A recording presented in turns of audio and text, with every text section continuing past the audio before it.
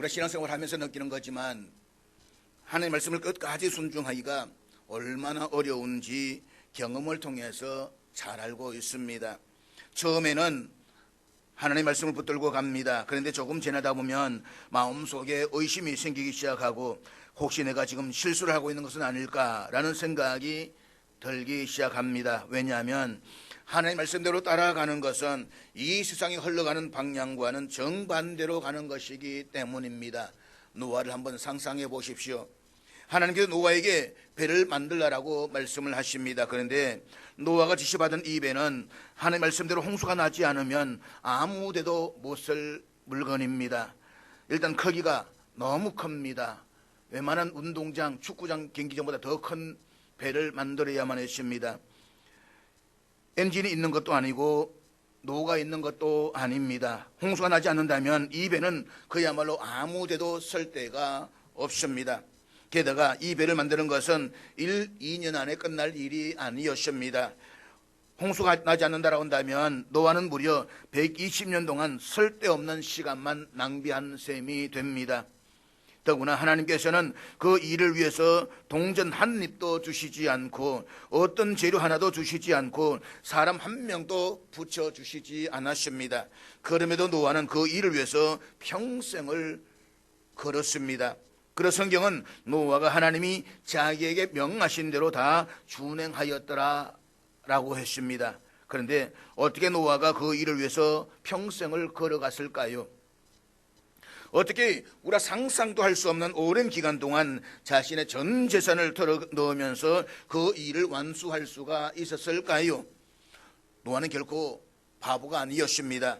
6장 14절에 보면 하나님께서 노아에게 너는 고페르 나무로 너를 위하여 방주를 만들어라 라고 말씀을 하셨습니다. 노아는 하나님의 명령에 순종하는 것이 자기를 위함이라는 사실을 알았습니다. 자기만을 위한 것이 아니라 자기 가족을 위함인 것을 알았습니다.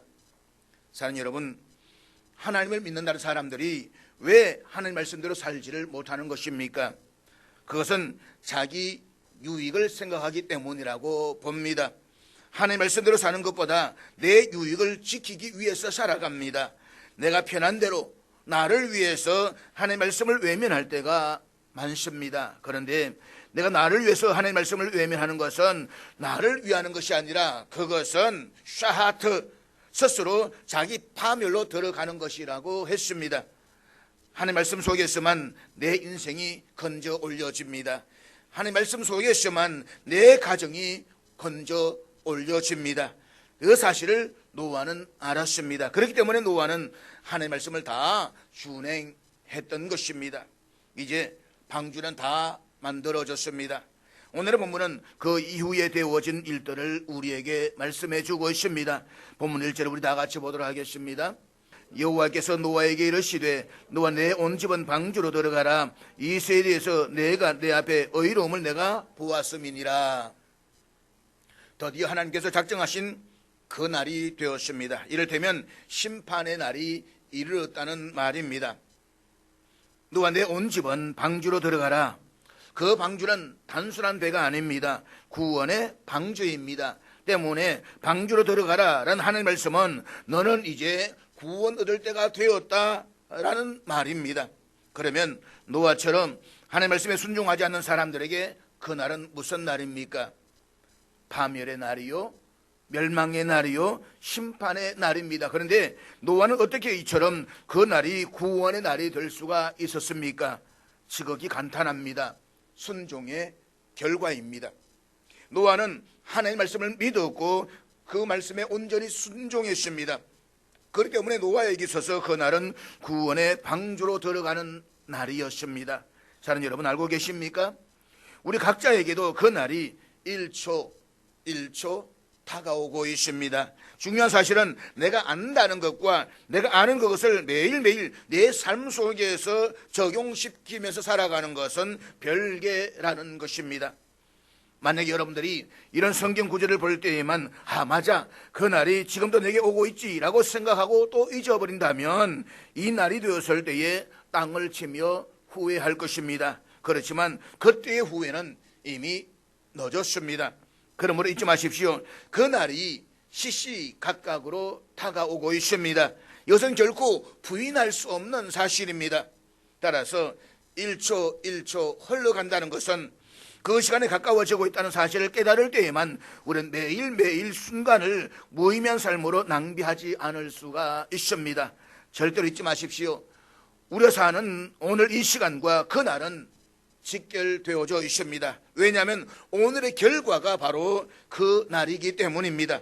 내가 매일매일 맞는 오늘, 내가 매 순간순간 맞는 이 시간이 그 날들과 그 시간들의 결과로 그 날에 다 드러나게 되는 것입니다.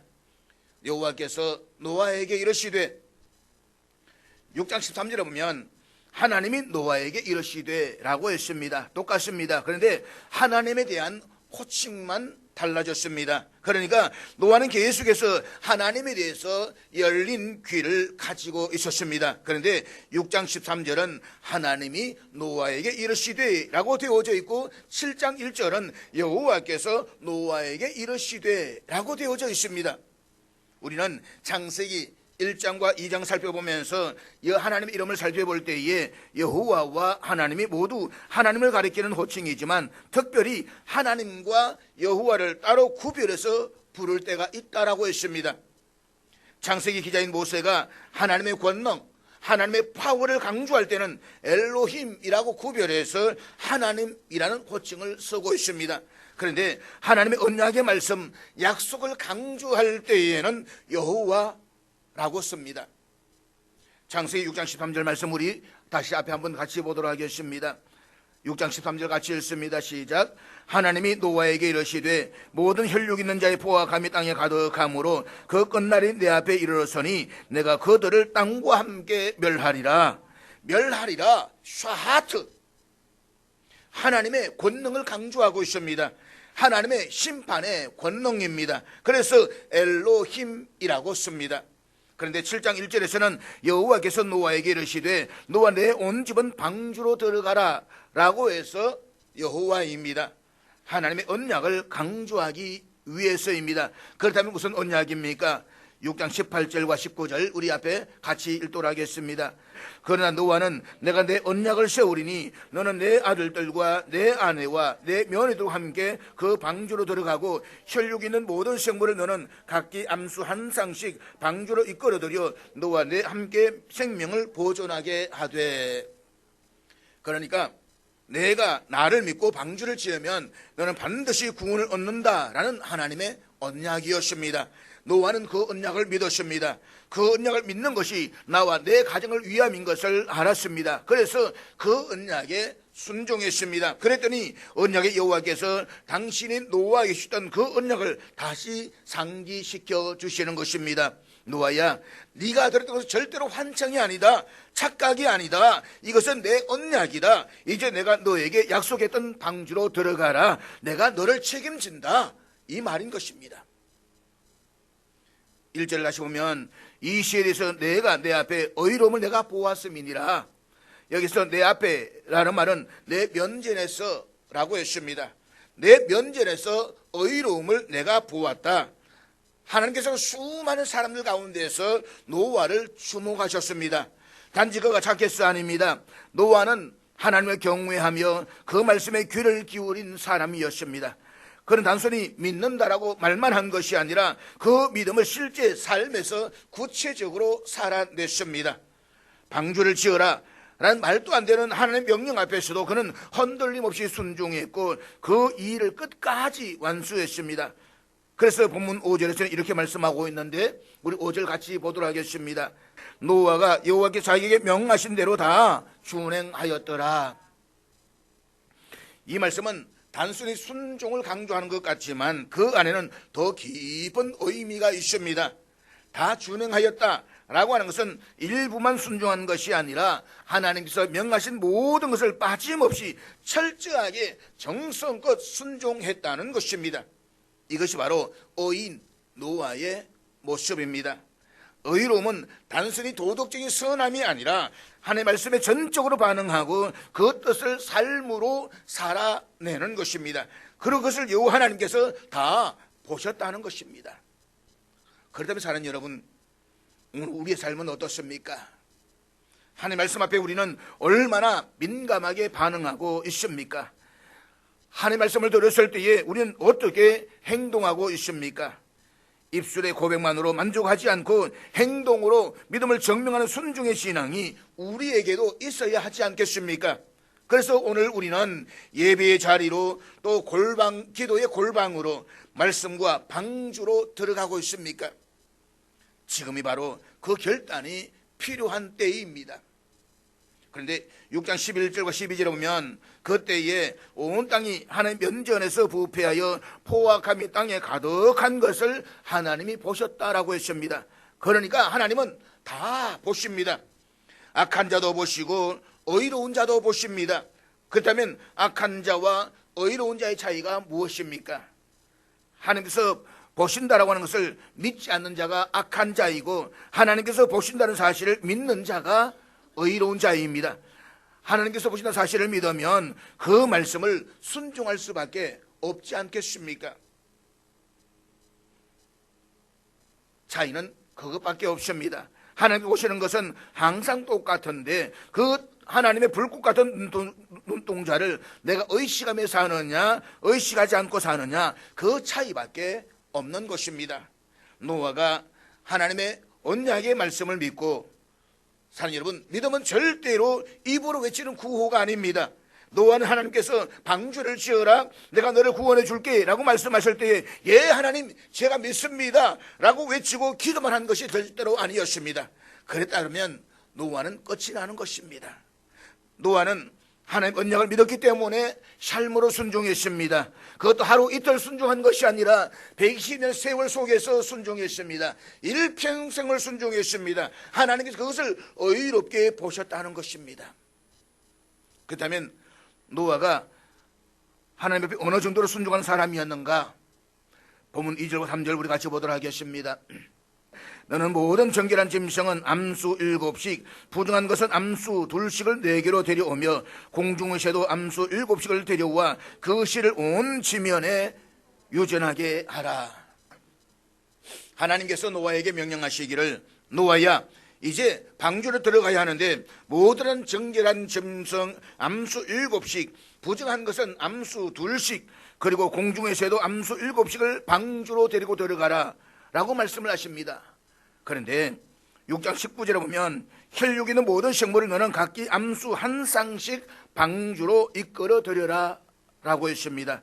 하나님은 분명히 암수 한 쌍씩, 그러니까 각 생물을 2마리씩 방주에 들여 넣으라고 말씀을 하신 것입니다.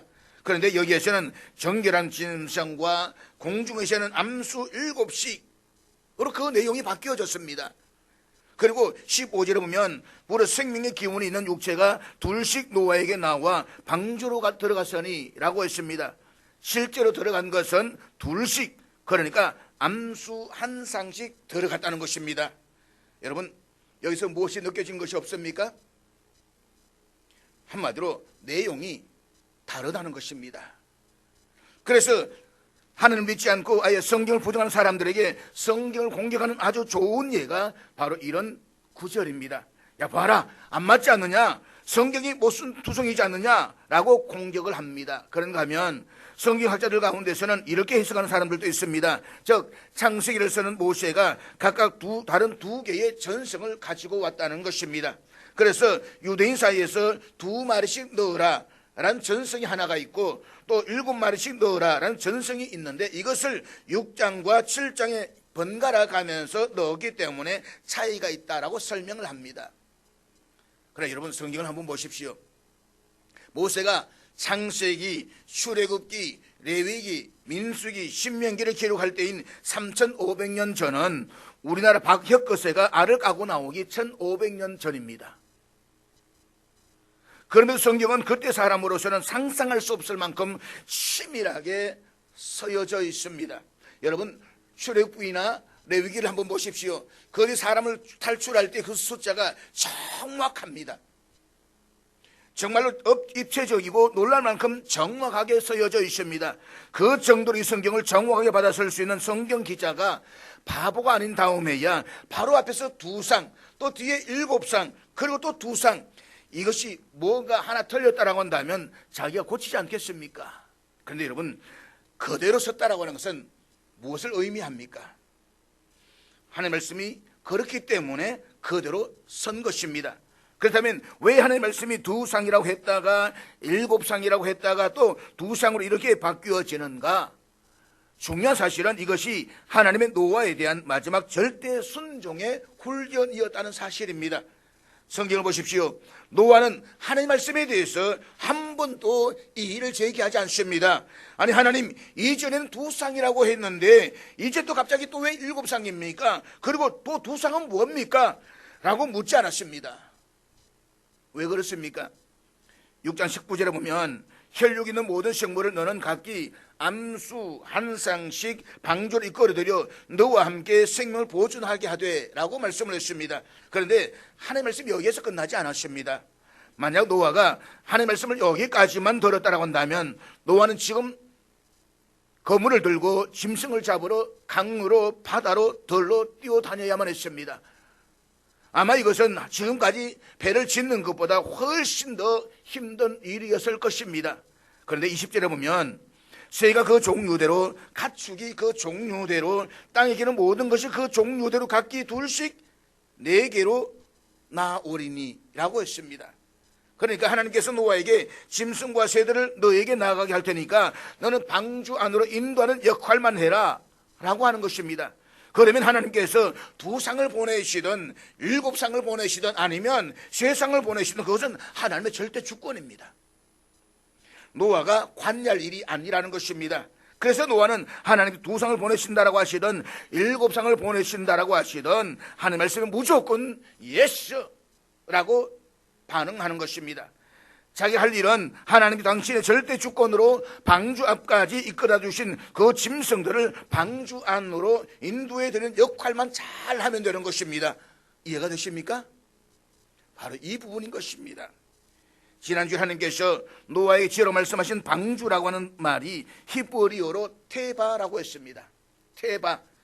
이 테바가 어떤 배인지는 모른다라고 했습니다. 그런데 테바라는 단어가 성경에 딱 한 번 또 나오는데 그게 뭐냐? 모세가 태어난 지 석 달 만에 모세의 부모님이 모세를 나일강에 띄우기 위해서 만든 갈대 상자, 그것이 테바라고 했습니다. 모세에게 있어서는 구원의 방주입니다. 노아의 방주나 모세의 방주가 크기는 엄청난 차이가 있지만 공통점이 있다라고 했습니다. 테바에는 자체 동력이 없다라고 했습니다. 돛도 없습니다. 닷도 없습니다. 키도 없습니다. 만약 그것이 있으면 테바가 아닌 것입니다. 이것이 방주입니다. 자체 동력인 돛이나 닷이나 키가 없다라고 하는 것은 철저하게 하나님께 다 맡기는 것입니다. 하나님께서 노아에게 마지막으로 당신이 무슨 말씀을 하시든 당신의 말씀 앞에 자기를 철저하게 맡기는 훈련을 시키시는 것입니다. 그래야만 노아가 들어가는 방주가 진정한 테바가 될 수가 있는 것입니다. 그것을 알기 때문에 노아는 하나님 말씀 앞에서 단 한 번도 이의를 제기하지 않습니다. 2상이든 7상이든 2상이든 아니면 10상이든 하나님 하시는 대로 그대로 적는 것뿐인 것입니다.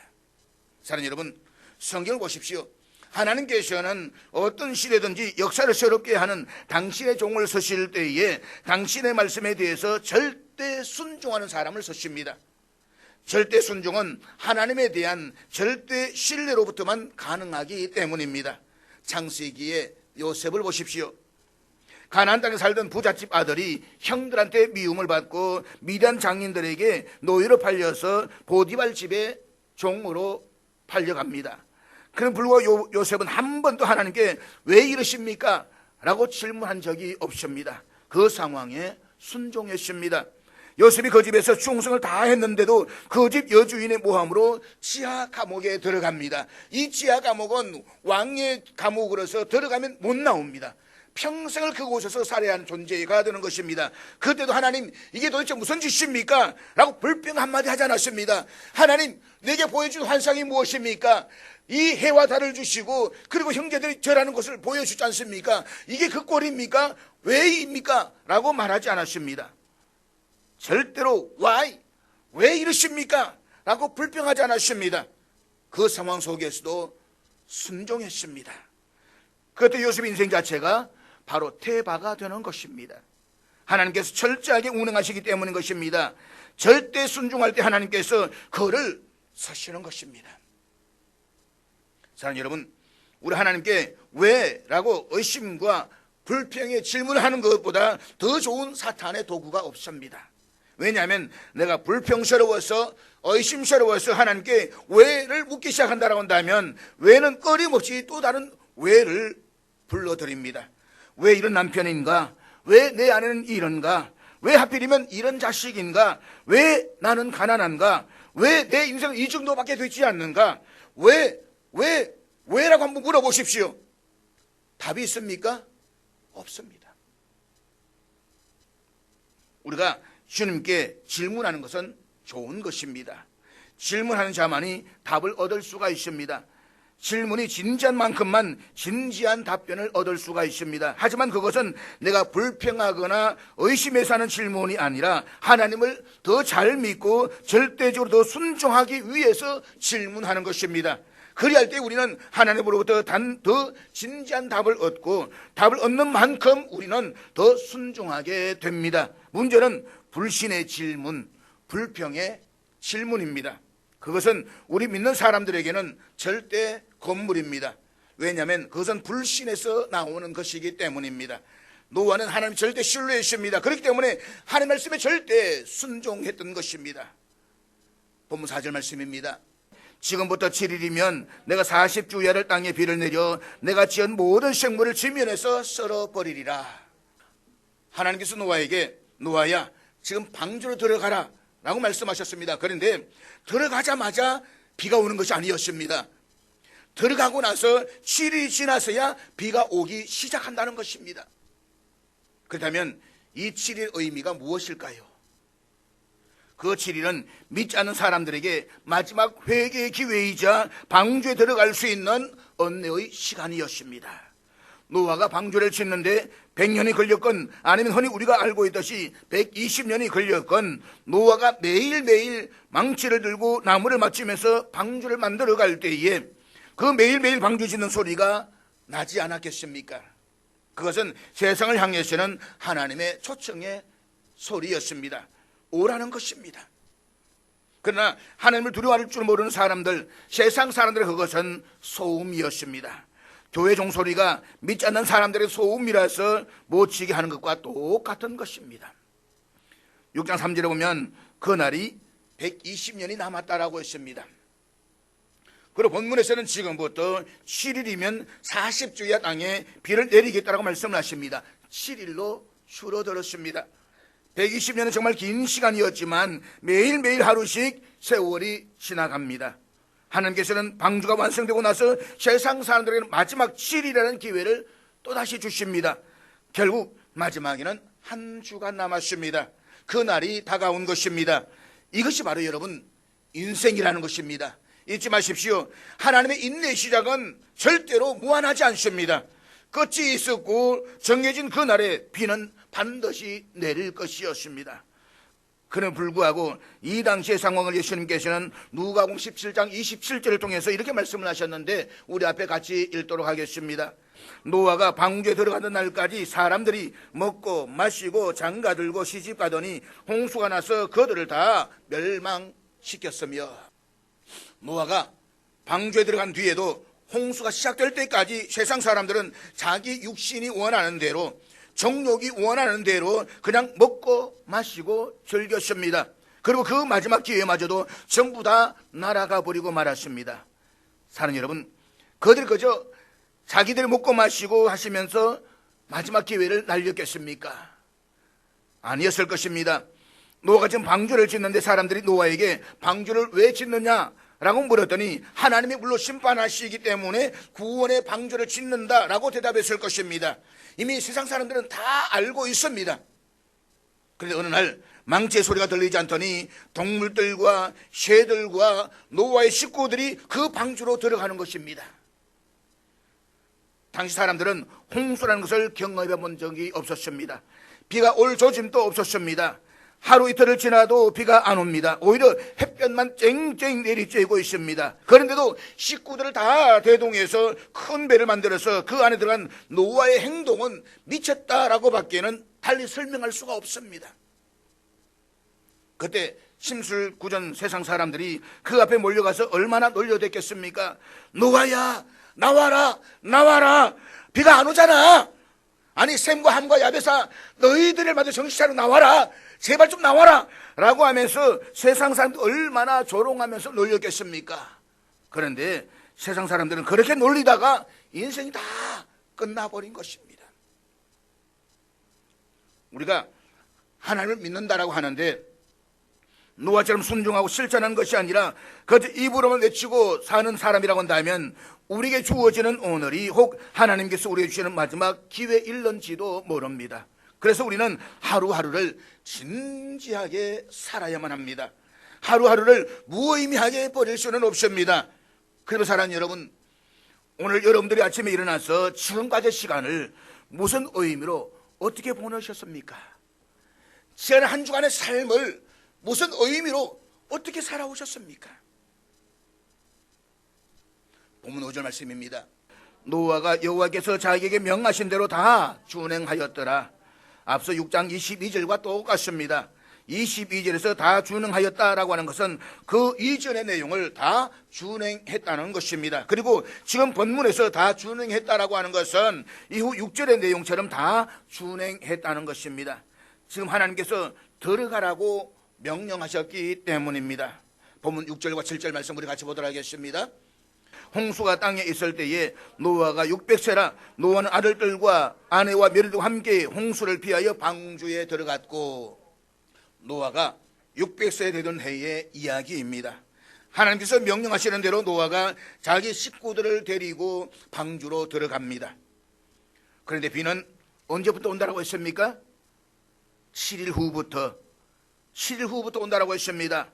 그러면 노아가 하나님께 아마 이렇게 반응할 수도 있지 않겠습니까? 하나님, 저 내일 들어갈게요. 아니, 모레 들어갈게요. 아니, 제가 할 일 좀 남아있거든요.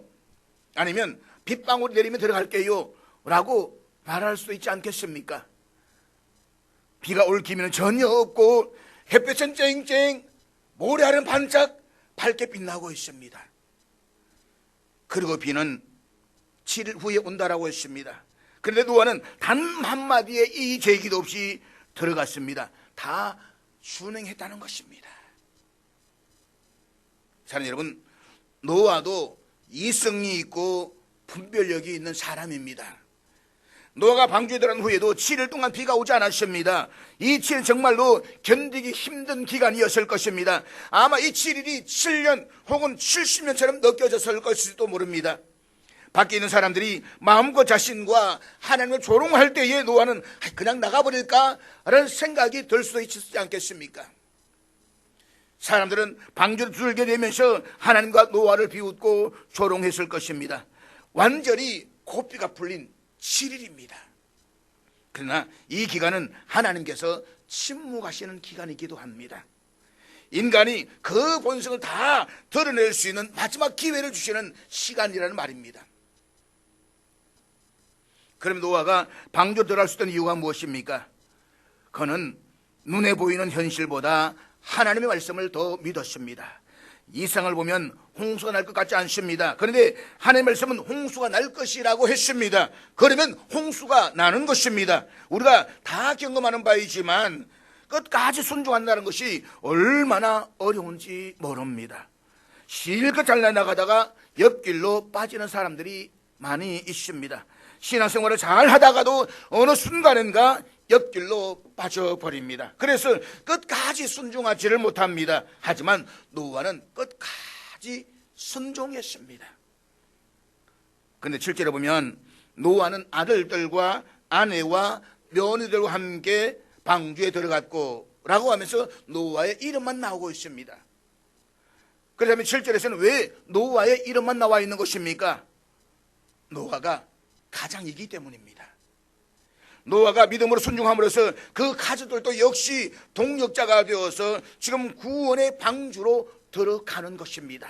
사랑하는 여러분, 이때 가장으로서 노아가 사랑한 아내와 자식들과 며느리를 데리고 방주로 들어갈 때 그 감격, 만감이 교차하는 모습을 한번 상상해 보십시오. 노아 자신은 하늘부터 직접 음성을 들었으니까 그런다고 말하지만 그의 아내와 아들들과 며느리들은 하늘부터 어떤 음성도 들은 바가 없습니다. 더구나 하늘에 구름이 조금이라도 있으면 좋겠는데 구름 한 점 없는 맑고 쾌청한 날이었습니다. 많은 사람들이 무슨 희귀한 구경거리를 보듯이 몰려와서 조롱하고 있습니다. 여러분 같으면 어떻게 행동하시겠습니까? 여러분 아버지가 노아라서 얘들아 이제 방주로 들어가자라고 한다면 그 방주로 순순히 따라 들어가시겠습니까? 그런데 노아의 아내와 아들들과 며느리들은 한마디 불평이나 이의를 제기하지 않고 그대로 순종해서 방주 안으로 들어갔습니다. 이것은 그들이 남편이요 아버지인 노아의 믿음과 삶을 신뢰했기 때문이었습니다. 그들은 그 오랜 세월 동안 수많은 조롱과 어려움 가운데서도 노아의 든든한 동력자들이었습니다. 그렇다면 사랑하는 여러분, 여러분은 어떤 가장입니까? 노아처럼 여러분의 신앙과 그늘에서 여러분들의 가족들이 영원한 생명의 쉼을 얻고 거기에서 하나님과 교제하는 은혜를 누리고 있습니까? 아니면 내가 가장님에도 불구하고 가시나무가 되어서 그들은 하나도 없고 내 가족들에게 영적으로 해를 끼치고 있는 것은 아닌지 우리 한번 좀 진지하게 생각해 보아야만 합니다. 적어도 믿음의 가장으로서 내 가족들에게 믿음의 자랑이 되어야 하지는 않겠습니까? 노아는 그런 사람이었습니다. 보면 10절과 11절 말씀 우리 같이 보도록 하겠습니다. 7일 후에 홍수가 땅에 덮이니 노아가 600세 되던 해 둘째 달 곧 그 달 11의 날이라. 그날에 큰 기쁨의 샘들이 터지며 하늘의 창문들이 열려 드디어 7일째가 되어서 비가 오기 시작합니다. 7일 후 그날에 큰 기쁨의 샘들이 터졌다라고 했습니다. 본문에서 기쁨은 하늘에 있는 물을 제외한 나머지 바다나 호수나 강에 있는 모든 물과 땅 아래 있는 모든 지하수까지 포함하는 표현으로서 하늘 아래 있는 모든 물들이 다 터졌다라는 말입니다. 그리고 하늘의 창문들이 열렸다라고 했습니다. 여기서 우리말로 열렸다라고 번역된 히브리어는 완료형으로서 하늘의 모든 창문들이 완전히 다 열렸음을 말해주고 있습니다. 이어지는 12절에 보면 그 비가 40주야를 땅에 쏟아졌더라라고 했습니다. 여기서 우리말로 비라고 번역된 히브리어는 깨셈이라고 써여 있는데 일반적으로 히브리어 보면 비라고 말한다면 마타르라는 단어를 씁니다. 그런데 이 깨셈이라고 하는 것은 그냥 하늘에서 내리는 비 정도가 아니라 쏟아지는 물줄기를 의미합니다. 그러니까 하나님께서 단순히 비가 오게 하신 것이 아니라 하늘의 창문들을 다 여시고 하늘 위에 있는 모든 물들을 땅 위로 다 쏟아버리셨다라고 하는 것입니다. 그리고 이 물들이 다 쏟아져 내려온 것은 창조가 시작되던 때에 혼돈의 상태로 되돌아가는 것을 의미합니다. 그래서 이것은 무질서가 아니라 새로운 창조를 이루기 위한 필연적인 과정이었습니다. 노아는 지금 자기 혼자만 방주로 들어간 것이 아니었습니다. 아내와 세 아들들 그리고 세 며느리까지 모두가 함께 방주로 들어갔습니다. 이것은 단순히 가족이 동행했다는 의미를 넘어서 하나님의 구원의 공동체적이며 또 믿음은 가정 안에서 전수되고 이어지는 것임을 우리에게 말해주고 있습니다. 노아는 하나님의 말씀을 가정 안에서 실천했고 그 믿음의 삶은 가족 전체가 방주로 들어가는 실천으로 이어졌습니다. 오늘 우리의 세상은 샤하트의 상태로 가까워지고 있습니다. 도덕의 붕괴, 진리의 부정, 생명의 경시, 또 죄악의 일상이 되어버린 시대로 살아가고 있습니다. 진리와 거짓이 뒤섞이고 정의와 불의가 구분되지 않으며 성경적 가치관이 조롱당하는 시대입니다. 그러나 이 절망의 시대 속에서도 하나님은 우리에게 말씀하십니다. 너와 내 온 집은 방주로 들어가라. 이것은 단순한 명령이 아닙니다. 절망 가운데 던져진 구원의 초청이며 심판의 장면 한복판에서 울리는 하나님의 사랑의 외침입니다. 즉 예수 그리스도라는 참된 방주 안으로 들어오라고 언도의 문이 닫히기 전에 믿음으로 결단하라고 우리를 초청하고 있습니다. 그러나 그 기다림은 결코 영원하지 않습니다. 언젠가는 은혜의 문이 닫힐 것이고 심판의 비가 내릴 것입니다. 사랑하는 여러분, 믿음은 단지 머리로 아는 것이 아닙니다. 들어가는 것입니다. 움직이는 것입니다. 결단하는 것입니다. 예배 자리에 나오고 말씀을 듣고 순종하며 기도의 자리를 지키는 모든 실천은 바로 오늘 우리에 주어진 방주로 들어가는 믿음의 표현입니다. 오늘 우리가 말씀에 순종하여서 삶의 자리에서, 가정에서, 교회에서 하나님 명하신 길을 따라 한 걸음을 내딛는다면 그 자체가 바로 방주로 들어가는 믿음의 행보인 줄로 믿습니다. 잊지 마십시오. 믿음은 이론이 아니라 삶으로 증명하는 실천입니다. 방주는 지금 우리 앞에 열려 있습니다. 예수 그리스도가 바로 우리의 방주입니다. 그 안에 들어가는 자는 결코 멸망하지 않습니다. 머뭇거리지 마십시오. 주저하지 마십시오. 방주로 들어가십시오. 그리고 우리도 노아처럼 이 시대를 향해서 외쳐야만 합니다. 방주로 들어가라고. 언제 문이 아직 열려 있다라고. 하나님 여전히 구원의 기회를 주고 계신다라고 담대히 세상을 향해서 외쳐야만 합니다. 여러분의 입술이 하나님의 외침이 되십시오. 여러분의 삶이 방주로 들어가라는 메시지가 되어 주십시오. 지금은 마지막 때입니다. 오늘이 바로 구원의 날입니다. 이제는 말씀 앞에 무릎을 꿇고 주님 앞에 돌아가야 할 때입니다. 주님이 문을 닫기 전에 하나님 명하신 대로 순종하며 결단하고 방주로 들어가십시오. 하나님은 순종하는 자를 구원하십니다. 우리의 결단과 순종이 이 시대의 구원의 방주가 될 것입니다. 바로 지금 오늘 우리의 삶이 방주를 향해서 나아가는 삶의 거룩한 여정이 될 수 있기를 주의 이름으로 축복합니다.